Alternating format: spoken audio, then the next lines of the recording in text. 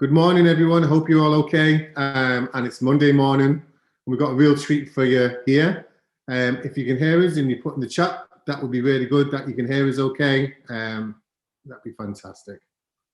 Hope you had, if you is celebrating Father's Day, hope you celebrated really well, which is fantastic. And I certainly got spoiled by my kids, which was, and got took out for a nice meal. But today we've got something a little bit different for you than we usually have. And this is Mandela 8, and we're delighted to partner with Inclusive Companies to deliver a webinar focused on an initiative called My67 Minutes. And this webinar will provide you an overview of My67 Minutes, program established by Mandela 8 and what it entails.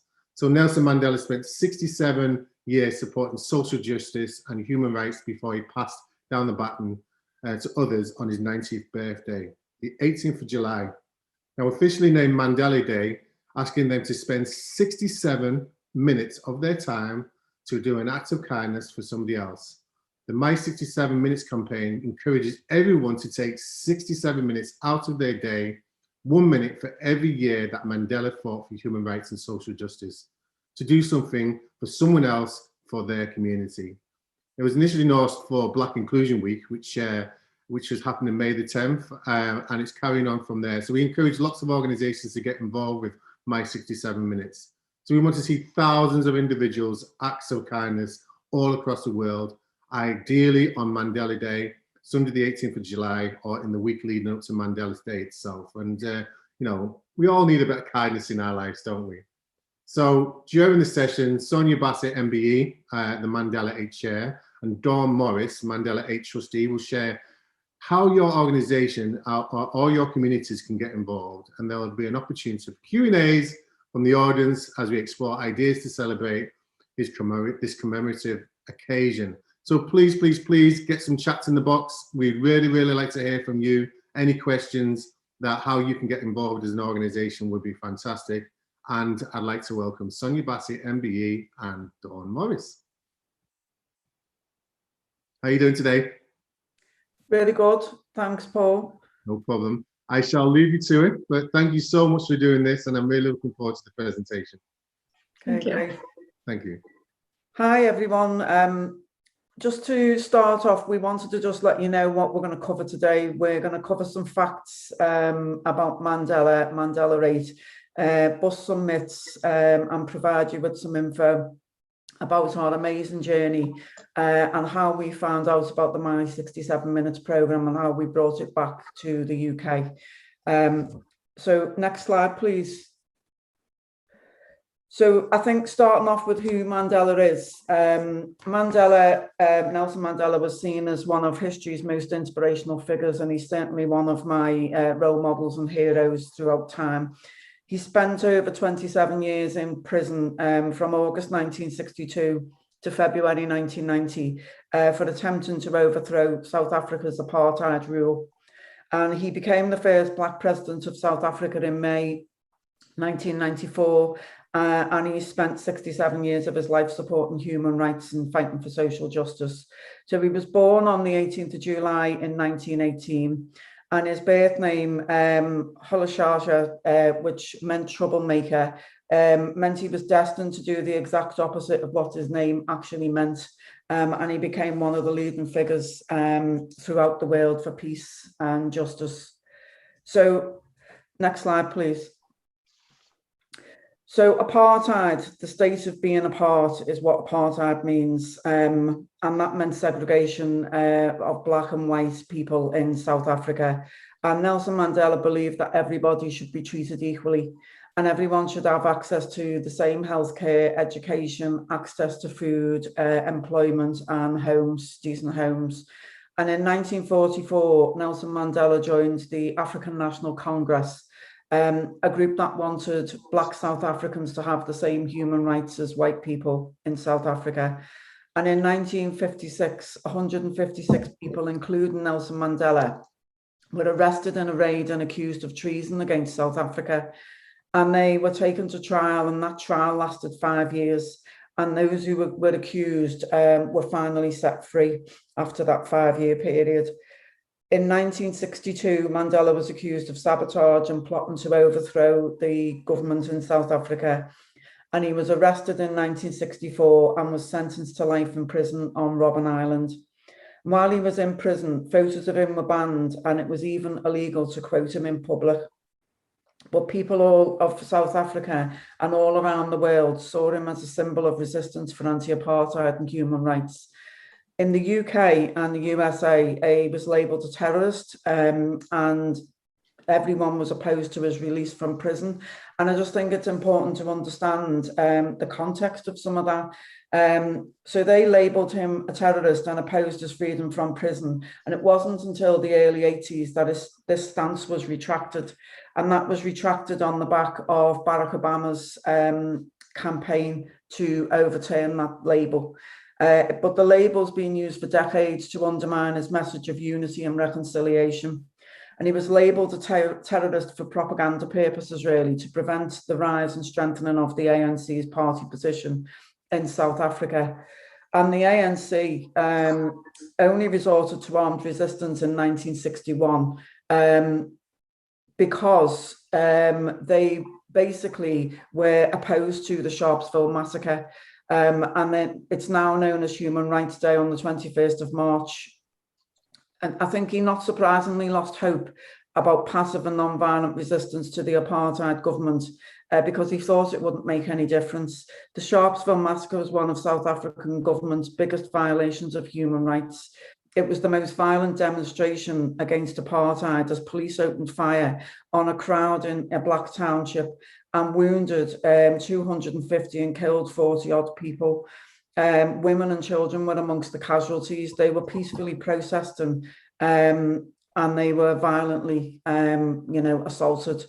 And the ANC's armed resistance mission was solely to fight against the South African government. And it was focused specifically at property and not people and the military. And it was a clear policy that avoided targeting civilians. And it's important as the ANC and their supporters believed in non-violent protest. And they knew that white people's biggest fear in South Africa was being murdered and being swept into the sea by a black majority. Making indiscriminate killings would have reinforced this fear and created strong opposition, giving blacks any form of power. So it didn't make any sense for the ANC to do that when they were trying to get the right to vote. And over the next 30 years, the ANC's armed wing, Spirit of the Nation, stuck to that policy in the main. And it was a very successful strategy, as when circumstances changed and apartheid ended, white fear of being killed by blacks was not factored in their attitude towards change.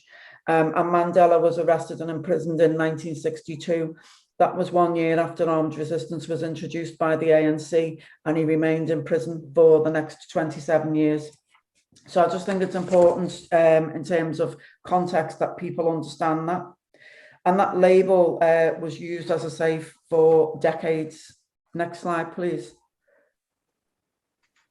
So Nelson Mandela and the park and where we all began. I think during his time in prison, people in South Africa and all across the world campaigned for his release. In 1990, South Africa's new president, F.W. de Klerk, set Nelson Mandela free. He'd spent 27 years in prison, but 18 of those were on Robben Island. And Mandela called on all South Africans to work together in peace. And in 1991, he became the leader of the ANC. And in 1994 elections, all black people were able to vote for the first time. And he won those elections and became the first black president of South Africa. When he was released in February 1990, he was greeted like a hero. He'd become the most recognisable human rights symbol in the world.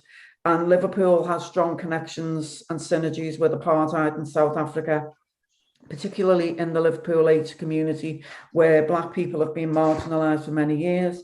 There's poor housing, there was high unemployment, low educational opportunities, criminalisation, poor health conditions. And Mandela was given the freedom of the city of Liverpool in 1994. He was the father of his nation. He was a freedom fighter and a peacekeeper who led his people to a free, democratic South Africa. Next slide, please.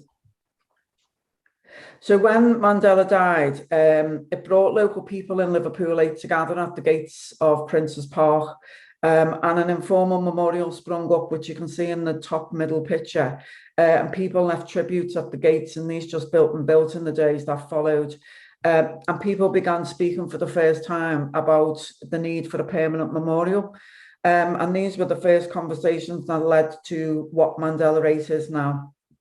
And when Mandela passed on the 5th of December in 2013, it was nearly coming up to 8 years in December this year, there was just an overwhelming response around the world. But in Liverpool, the idea for that memorial came up spontaneously, and all the remembrance things put up on the gates and the procession down Prince's Avenue to watch the funeral. And the pictures that you see there also show you the events that was held in the city for the funeral and for people to be able to commemorate in their own way. And people, you know, performed, did poetry. We had speakers. There's a speaker there in the pictures from the ANC, and, you know, some of our Liverpool Lake Defence Committee members. And that's where the idea for the dream came about. And it's just an absolute honour for us to be able to help people realise that community dream. And I think we always said when we started this that we were going to dream big and wanted to dream with international reach. So next slide, please. So I don't think we realised, though, when we said we were going to do this, that we would ever get to go to South Africa and meet the Mandela family. And we visited South Africa in 2018 as part of a football tournament, would you believe? And I'm not a football fan at all. But we went on this football tournament with John Barnes, Steve McManaman and Robbie Fowlers to meet young children who don't get the opportunity to play football, young children who don't even have a pair of trainers. They're wearing odd shoes to play football and anything they can find to make into a football kit. But while we were there, we got to discuss the memorial designs with the Mandela family, and the pictures you see, Mackie Mandela, who's Nelson Mandela's eldest daughter. We returned to the city with their blessing and a truly wonderful gift of a limited edition of struggle collection prints, which are in St. George's Hall. And these prints depict the stages of South Africa's development and Nelson Mandela's influence in bringing the country from struggle to the future. It was also on this visit that we found out about the My67 Minutes Programme. We just couldn't believe that the My67 Minutes Programme was developed in the UK, and that Nelson Mandela launched this programme on his 90th birthday. And no one in the UK was doing it yet. All over South Africa, this programme was embraced. And our visit to South Africa was both emotional, harrowing and uplifting.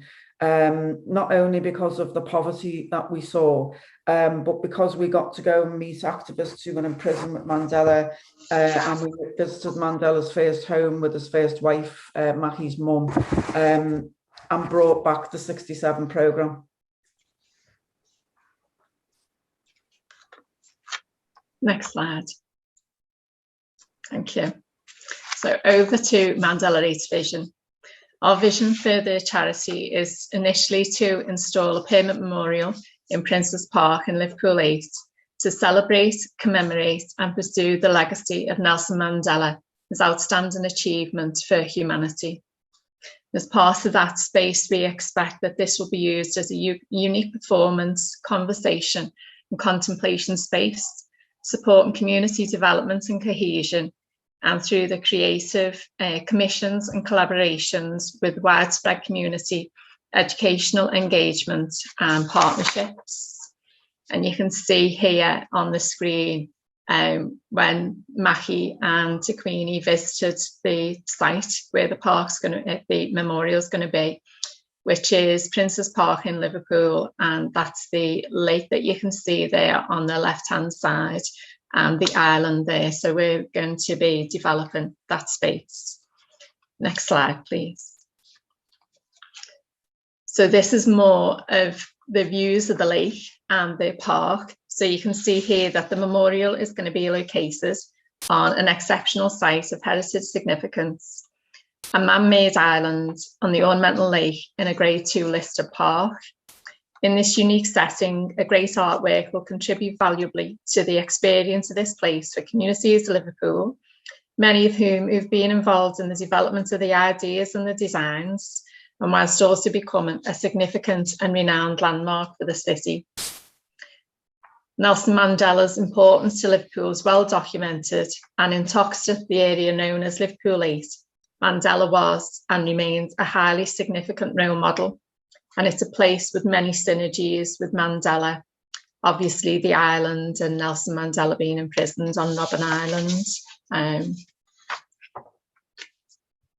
Next slide, please.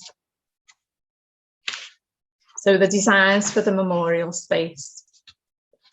Waywards were commissioned by Mandela 8 to develop the stunning memorial design, which happened in consultation with communities and stakeholders, and it's got many synergies with Nelson Mandela's journey. The memorial is going to be installed on the island in Princes Park, and Nelson Mandela was, as I've said, incarcerated on Robben Island for 18 years. Next slide, please. The memorial is going to be installed in a garden setting, as you can see here, which is the artist's impression. And Nelson Mandela established gardens in Portsmouth prison, and it was one of the few things that he could control. Next slide. The pavilion represents the tutor, and in prison people would gather around in a circle to listen. They had to hide the tutor in the middle of the group, as it was illegal for blacks to educate each other. So within the memorial, there are going to be 32 cylinder pillars for seating. Mandela 8 used oil drums cut in half to cultivate 32 planters to make his garden in prison. And the planters were cleverly used to hide as manuscripts, which were then smuggled out of prison.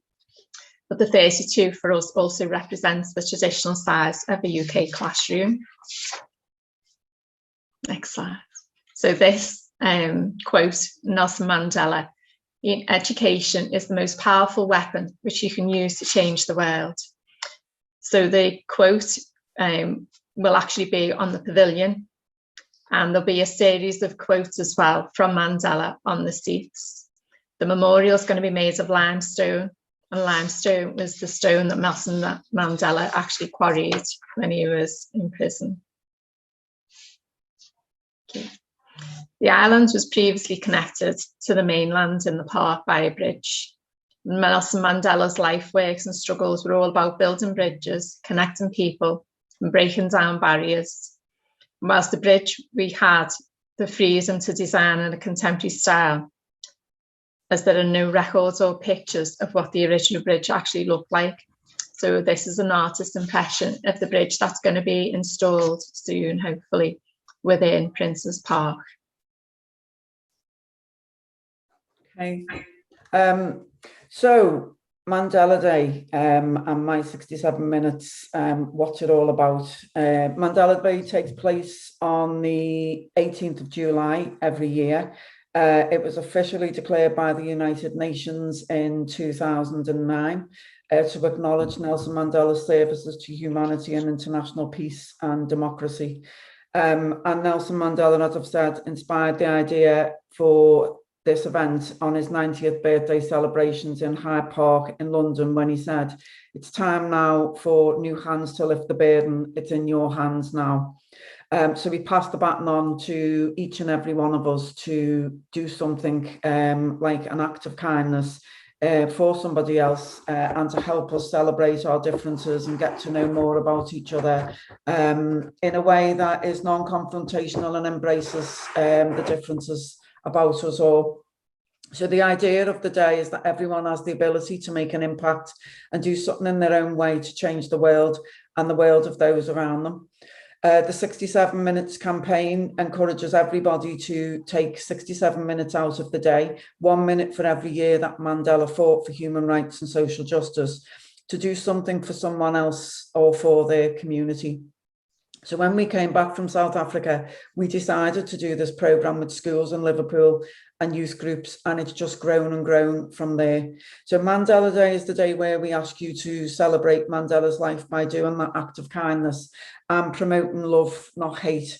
You can do this at any time during Mandela Week, and the reason we extended our programme for a week is because during the programme we did with schools, if the 18th falls on the weekend, the schools can't get involved, and we very much want them to remain a part of this, as we do organisations, and most people like to take a break at the weekend. So we extended the programme so you can do your activities anytime within that week. And that means that you can do more and more and more. And over the last year or so, we've actually extended that to be several months in advance because of the impact of COVID and the impact of racial tensions across the UK in the last 12 months. But next slide, please. So we want to see thousands of individuals do acts of kindness across the UK. And ideally on that Sunday or in the week leading up to it itself. But by doing this webinar today, it gives you lots of time to come up with your ideas and plan out what you're going to do. This year, we obviously have to continue to take part in activities that don't risk the spread of coronavirus or break any local restrictions. And with that in mind, we've created a new brochure. And the picture on the top right just gives you a bit of an idea of what's in the brochure. If you see the little smiley faces, that tells you about all the activities and ideas we think you can do that are COVID friendly. But I think have a look in the brochure and make sure you download it off the website, because it's got 67 ideas of different things you can do. But we always like people to come up with a new one. Because we refresh this brochure every year and we put in your activities. So if you've come up with something new, then we will amend the brochure and change some of the ideas that are in there. But all of that can be downloaded in the brochure. And on that day, traditionally, if we weren't in COVID restrictions, we would usually select a range of different places that we were going to visit on that day and surprise you with gifts, joining your activities, bring our South African flags and promotional opportunities that we have. We usually give out T-shirts, cupcakes, we do a raffle and we go around collecting for the raffle and stuff like that. And then we get our participants to pick a charity that we would donate the funds that we've raised to. So that picture in the bottom of this slide just shows you that we were invited to the stage to talk about what we do at the Networld World Cup in 2019, and we were asked to join the big stage and let the whole audience know about our programme and our activities. Next slide, please. So as you can see from the photos here, there's a wide variety of ways that you can get involved, either as an individual, a business, community group, or school or youth group. There are lots of school activities in the brochure. There are lots of community and organisational activities in the brochure. And it just gives you an idea of the types of things that you can do. You and your families can also do this, so it doesn't have to be part of your workplace. It can be something that you do at home. And, you know, one of those pictures there is on the bottom right, is one that a young girl did with a social worker. I'm sure she did it just to get the social worker out of bed early, because she got her up at 6 o'clock in the morning to go to the park. And this can happen in any park. It doesn't have to be in Prince's Park. But she asked the social worker to take her on her one-to-one work to the park so she could quote chalk inspirational quotes on the floor, so that when people were walking through the park to go to work, they would be met and greeted by all these quotes. There's a one there where we've got our book, the Nelson Mandela Long Walk to Freedom illustrated version for children, and you can actually purchase the book and you can gift them out to young people and or their families for young children. The one in the middle, the slim photograph, is an oil barrel garden, and we got schools to make mini oil barrel gardens which replicate the products that Nelson Mandela grew in prison. The one with the flag in is an elders group. They had a coffee morning and we went and dropped in to meet them and talk about positive things that Nelson Mandela did and how that made them feel, and the types of acts that they wanted to do on that day to help elders who couldn't actually get to the coffee morning because their mobility was restricted. The other one's a youth group who've done art classes and stuff like that. And then the school did workshops. They made flags from all the different countries with paper mache, and they did a clean-up in the schoolyard at the end of the day. There's lots of different things that you can do. Next slide, please. So we've seen youth centres not just take on community litter picks and do artwork, but they've actually come out into their communities and done cleanups. They've made sure that certain areas that people go and use frequently are tidy. There's no, glass or dangerous materials around and things like that. Last year, we did a Zoom webinar, a series of presentations, and we've done that this year. We've done a series of presentations similar to this in organisations. We've done a major programme within probation. We are about to start one with Merseyside Police. And we just go on and tell people similar things to what we're telling you, but give you ideas of things you can do as well. We've seen art workshops on the topic of Mandela's life, not just within youth centres, but within organisations. We have cake sales or cake mornings, and staff can just go to the cake mornings and find out more about what you do on your equality and diversity or your inclusion agenda. And we've seen the likes of Steve Biko Housing bringing people together for community gardening projects. So it's quite inspirational to be part of this programme, and it's really, really uplifting for us to go around and see people, and we can't wait till we can go back out and do stuff like that. Next slide, please. So I can't test for how nice these cakes were because I didn't taste them, but everybody who ate them said they were really nice. I just want to tell you a bit about some of the things we've done and how this programme's grown, really. So in year one in 2018, we just did Liverpool schools and the youth centres. And in year two, it was 2019, and we went right across Merseyside. In year three, which was last year, we went right across Merseyside and into parts of Cheshire. And in year four, we've done Merseyside, Lancashire, Midlands, and now the UK as part of Black Inclusion Week. And we're absolutely delighted to be seeing this programme just mushroom and grow right across the UK. So these years have included things like the cake sales, community cleanups, choir performances, football tournaments. I think one place even painted the insides of a youth centre. So an organisation came out and did an act of kindness for one of the youth groups. We've seen people go shopping for the neighbour. We've also seen people go and do reading for elders, and video messages from celebrities. We usually get them every year. I think our highlights have been the Mandelas, and Jermaine Jackson sent us a video message one year. But all of these activities that we do have taken place over the last 2 years in COVID restrictions. And it's just worth you knowing some facts and figures about our 2019 campaign. We can't really measure the impact of what we've done on the ground in 2020. But we can certainly look at what we did the year before. So we had 192 volunteers took part. 995 volunteer hours were recorded.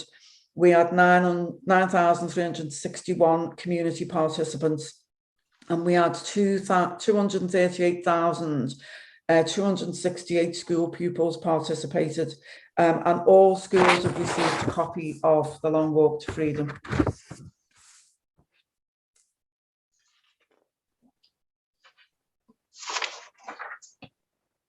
So for the past couple of years, Liverpool City Council have had the region's iconic civic buildings and bridges lit up in yellow to mark Mandela Day, recognising and celebrating Nelson Mandela and all he achieved and the legacy he leaves behind. Yellow is our colour of hope, sunrise. It's one of the most emotional things to see, to know we've done this in memory of one of the greatest leaders in the world. And it'd be great if you could ask your local authority and connections to get behind this programme and also light up their buildings or your own if you can. Next slide, please. So what next? The Mandela 8 were absolutely delighted to be able to be delivering this programme and to spreading the word and sharing it with others. So we'd love it if you'd visit mandela8.org.uk, download the ideas brochure and plan your activities. So you may have already been struck with an idea for what you could do as part of My 67 Minutes. If not, go to the brochure, go to our website and have a look at the ideas there. We'd also love to see your activities taking place during the week of Mandela Week itself.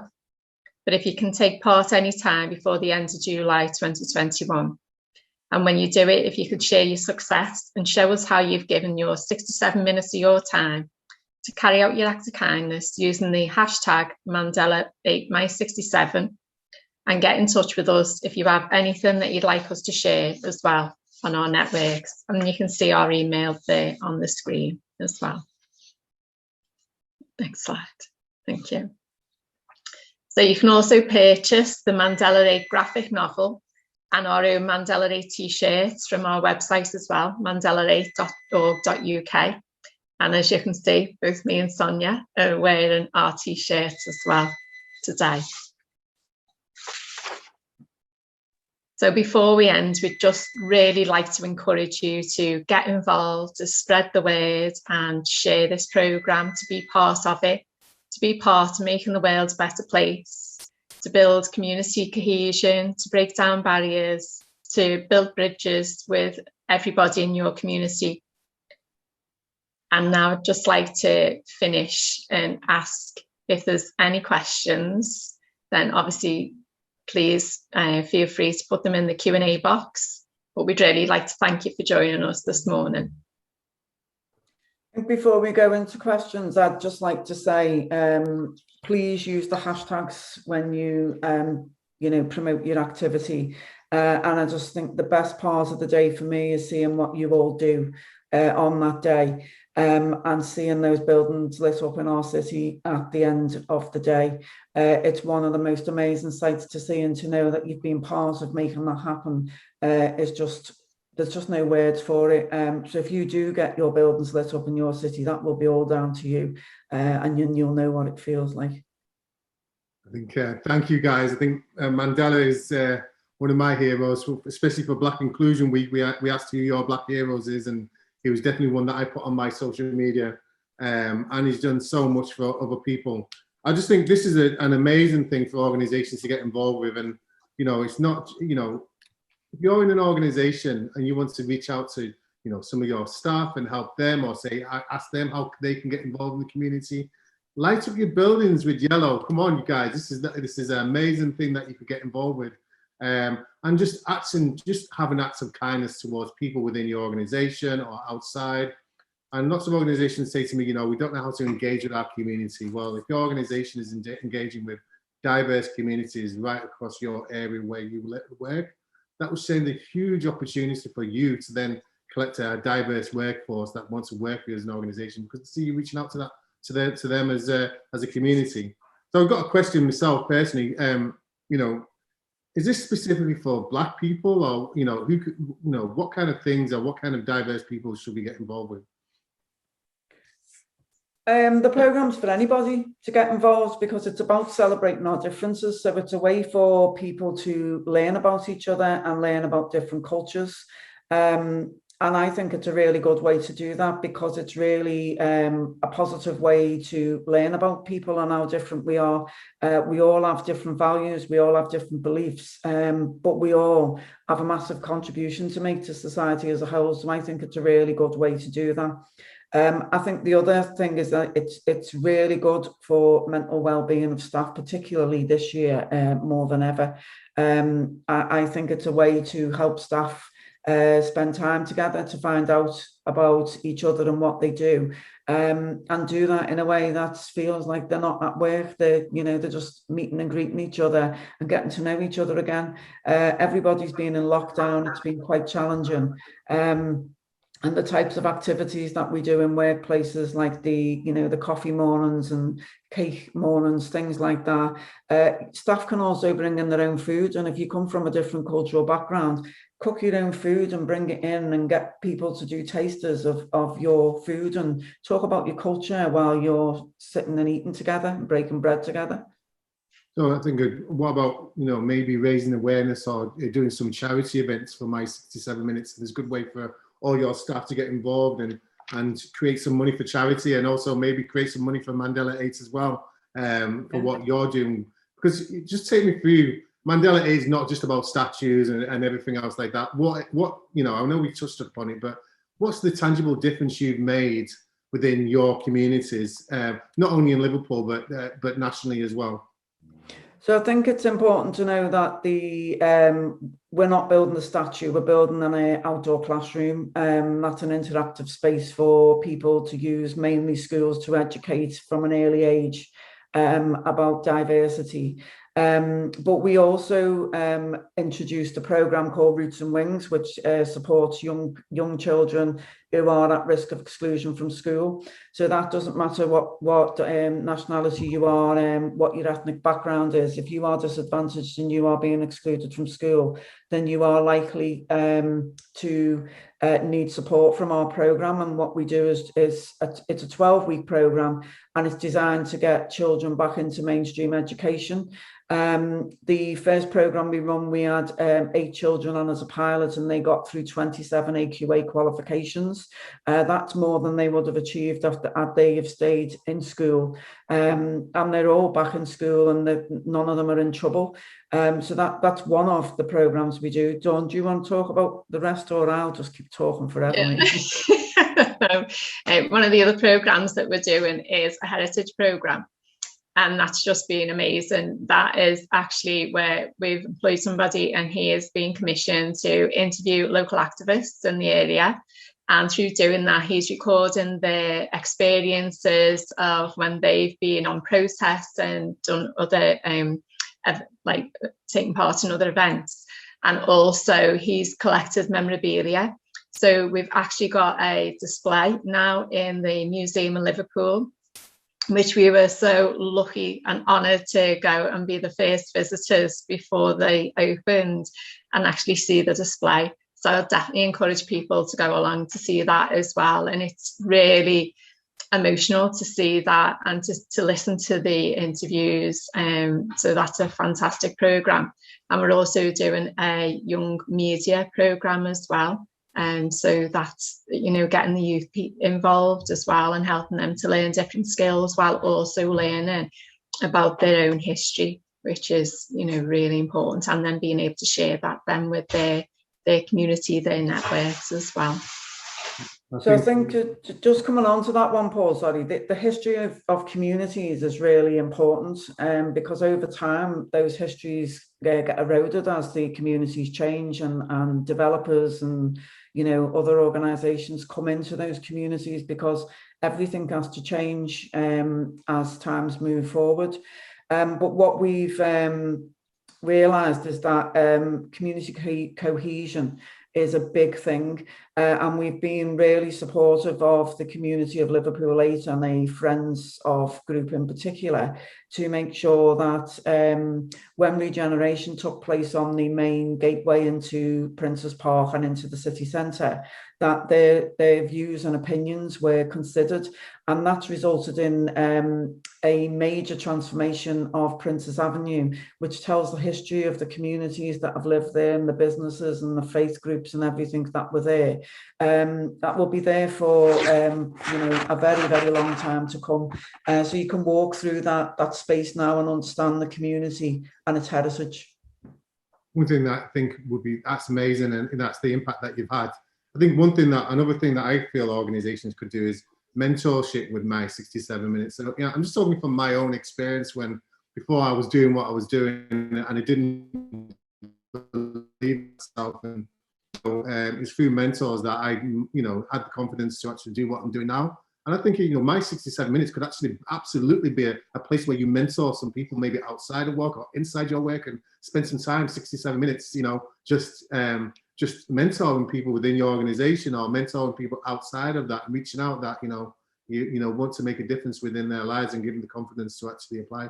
Just a few ideas that I can think of when I'm here as well. So, so that's amazing. So how do people get involved? So you've got Mandela 8, we've got that. What are the hashtags on that as well? Sorry. So it's my Mandela 8, my 67. Yeah. I think that's it. Got me off hashtag Mandela 8, my 67. Yeah. Yeah. And so the kind of reach it, I mean, you've seen it grow and grow. So this year, what would the ideal scenario be for Mandela 8? You know, what if you could have a dream kind of, you know, start to Mandela 8 2021, what would that be? It would be to see organisations from around the UK embracing the programme. I think it's well embedded in Liverpool and the city region, but we would love to see to wake up on that day and start to see people hashtagging activities in other parts of the UK would just be, we know then that we've reached as wide as we can with our programme, and we can build on that then. So that would be an absolute dream for us. Yeah. Go on, sorry. I was just going to say, I do know, like, I've done presentations to other organisations across the company, so we do know that it is growing, the reach is growing, and it's just phenomenal to see how many people are getting involved and the passion that people are developing as well, you know, to be involved in it. What resources do you actually do for organisations then? So let's say an organisation wants to get involved with My 67 Minutes, and they say, okay, we want you to come in and do a talk. What would that involve? So for us to come in and do a talk, you just need to contact us and we can arrange it with you, and we'd either do it face-to-face, depending on restrictions, or we do it over Zoom or Teams, and we talk to people about the programme. Like, you know, we can do a session where we do a mini presentation similar to this, but then we can get into the detail of the types of activities that people can do. So I think, you know, we're open to exploring anything with organisations. We have our brochure on the website, which is accessible to everybody and it's free. For us, we want people to embrace the programme. We want it to cost as little as possible. It's not about Mandela 8 generating income, and it's about the organisations embracing the programme. We have presentations online that you can use, which are basic ones, to make sure it educates about Mandela and who he was and what he represents, and it's got some short information about us in the back. You can purchase books and you can give them out to people. You can do workshops. We can help with anything really in terms of ideas and how you grow those ideas. But we don't like to be too prescriptive. So we put the ideas in the brochure because we want you to be innovative around them and tailor it to what suits your organisation, to be honest. Yeah. And we've had some people saying some nice things about your presentation. Michelle Owen said, fantastic, Lynn. So much about promoting love. Can't wait to get involved with My 67 Minutes. Random acts of kindness. I just love that. You know, we need this in these challenging times. Thank you for sharing this very powerful and important event. And also, I think Ali would just reply to that. And and people asking if there's a link to the event. So there will be a link to this event in the next couple of days, which we'll put on the LinkedIn and includes the company's website. So you'll be able to view it there.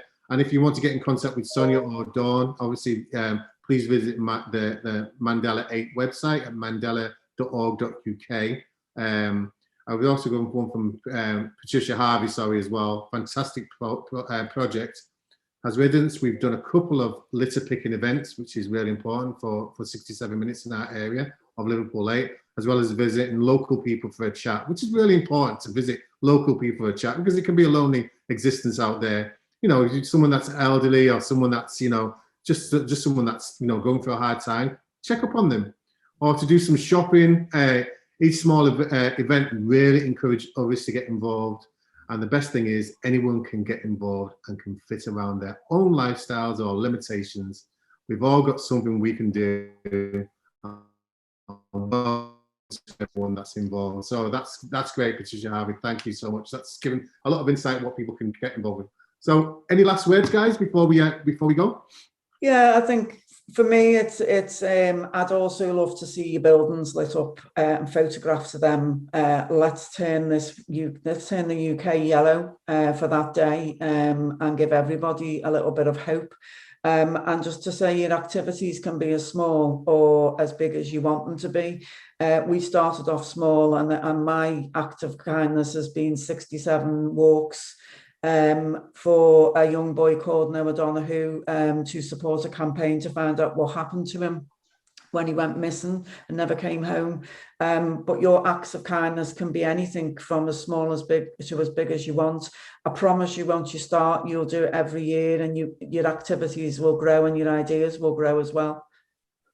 I think what'll be interesting for us as well, we've got the National Diversity Awards, and so if you're struggling to find community organisations that are out there to do stuff for, maybe check out the National Diversity Awards shortlisted nominees. I know you're up for a Lifetime Achiever Award as well, Sonia, this year, which is phenomenal. But there's so much and so many organisations that really do need your help as organisations and really do want you to come out and just say, listen, we're here for you. We know we're employees in your area, but we're here for our local community. So which is phenomenal. Dawn, any last words? Just to say that it's been fantastic that we've had so many people join, so many people get involved year on year. It grows, and it's just really encouraging for us. And we're just looking forward to continue to support people. Being kind is infectious, and it gives you, it does something for you as well as you give something out, so it's be involved. And I think the other good thing as well was that it's intergenerational, so it doesn't matter what your age, and it's great as well to see the young and the older coming together in them acts of kindness as well. So that's another thing that we've seen, and just all the resources are there. And if there's something that you think that we could do that isn't available, just get in touch, because we're here to support. Thank you so much. And just before you go, guys, I just want to say a big thank you to Dawn and Sonia. But we have more webinars from inclusive companies. Our next one is on June the 30th, which is a Wednesday. So please sign up to that. And it says, has COVID changed the landscapes for disability inclusion in the workplace? New normal, opportunity, or threat? It's an online webinar. So it's about every recession has left hundreds of thousands of disabled people being left behind during the recovery. These people have joined the ranks of millions of long-term unemployed. And can we allow history to repeat itself? Can we afford to ignore the problem? So COVID-19 has caused huge problems for people who are disabled and forced millions to shield for long periods of time, which has left mental health scars on millions of workers. So the long COVID is now a serious threat to health and well-being of hundreds of thousands of employees. And how will that play out on their performance at work? We have also had a huge positive change shifting in culture of remote and flexible working. So how can we turn this to our advantage as a society to build back stronger and more resilient workforce? So if you're interested in that, that's been done by Dr. Nasi Saebi, OBE, who's of Microlinks, another National Diversity Awards winner as well. It's such a force to be reckoned with disability inclusion. So make sure you tune into that. But again, thank you so much for Mandela 8, for Sonia and Dawn, for getting involved with this. And we hope that you all get in contact with Mandela 8, and we shall see you all soon. Thank you. Thank you, Paul. Thank you. Thanks all.